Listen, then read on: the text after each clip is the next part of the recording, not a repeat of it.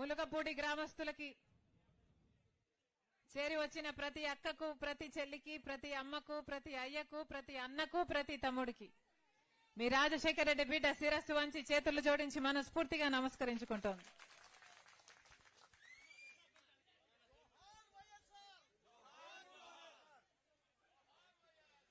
ఈరోజు ఇక్కడ ఒక రచ్చబండ కార్యక్రమం ఏర్పాటు చేయడం జరిగింది. ఈ రచ్చబండ కార్యక్రమం కోసం మీరందరూ మీ పనులు మానుకొని సమయం చేసుకొని ఇక్కడికి వచ్చారు. ప్రతి ఒక్కరికి మనస్ఫూర్తిగా కృతజ్ఞతలు చెప్పుకుంటున్నాం. ఇలాంటి ఒక రచ్చబండ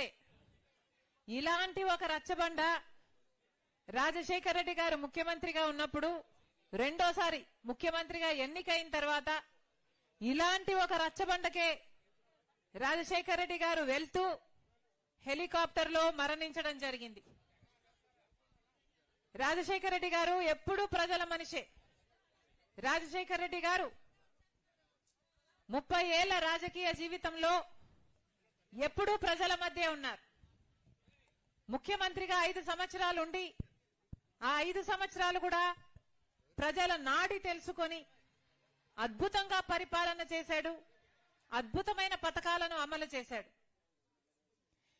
5 సంవత్సరాల తర్వాత 2009లో మళ్ళీ ఎన్నికలు వస్తే ఆ ఎన్నికల్లో గెలిచిన తర్వాత రాజశేఖర రెడ్డి గారు ఒక రచ్చబండ కార్యక్రమము నీకు శ్రీకారం చుట్టి, నేను చాలా చోట్లకు, చాలా గ్రామాలకు రచ్చబండ కార్యక్రమానికి వెళ్ళాలి అని అనుకున్నారు.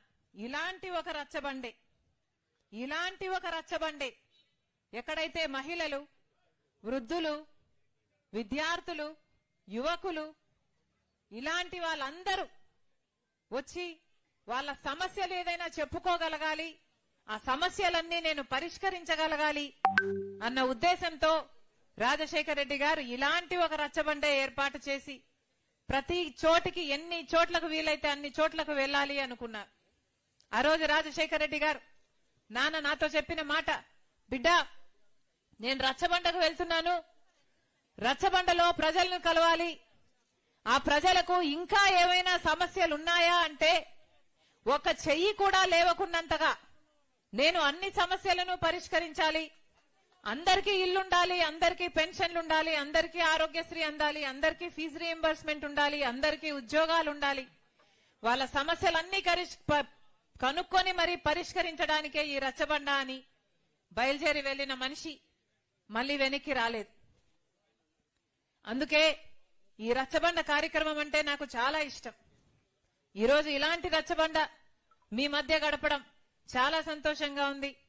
రచ్చబండ అంటే మేం మాట్లాడడం కాదు, రచ్చబండ అంటే ప్రజలు మాట్లాడడం, మీరు మాట్లాడడం, మీకున్న సమస్యల గురించి, ప్రభుత్వం నుంచి మీకు ఇంకా ఏమి అందలేదో, మీకు ఇల్లు అందలేదా, మీకు వ్యవసాయం ఎలా ఉంది, మీ బిడ్డలకు ఉద్యోగాలు ఎలా ఉన్నాయి, మీ బతుకులు ఎలా ఉన్నాయి, ఇవన్నీ మీరు మాట్లాడితే సమాజం వినడానికే ఈ రచ్చబండ. మీరు మాట్లాడకపోతే, ఈ మీడియా కవర్ చేయకపోతే సమాజానికి మీ కష్టం ఇది అని తెలియకపోతే అటు పాలక పక్షమైన